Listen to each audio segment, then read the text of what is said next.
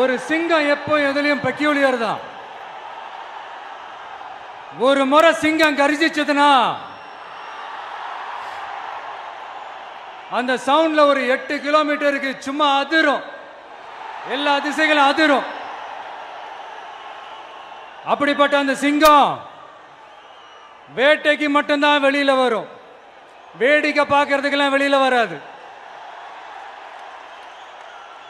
வேட்டையில கூட உயிரோடு இருக்கிற மிருகங்களை தான் வேட்டையாடும். அதுலயும் பெரும்பாலும் தன்னை விட பெரிய சைஸ் உள்ள மிருகங்களை தான் குறி வச்சு தாக்கும், ஜெயிக்கும். எவ்வளவு பசியில் இருந்தாலும் உயிர் இல்லாததை, கெட்டு போனதை தொட்டு கூட பார்க்காது. அப்படிப்பட்ட அந்த சிங்கம் அவ்வளவு ஈஸியா எதையும் தொடாது, தொட்டா விடாது.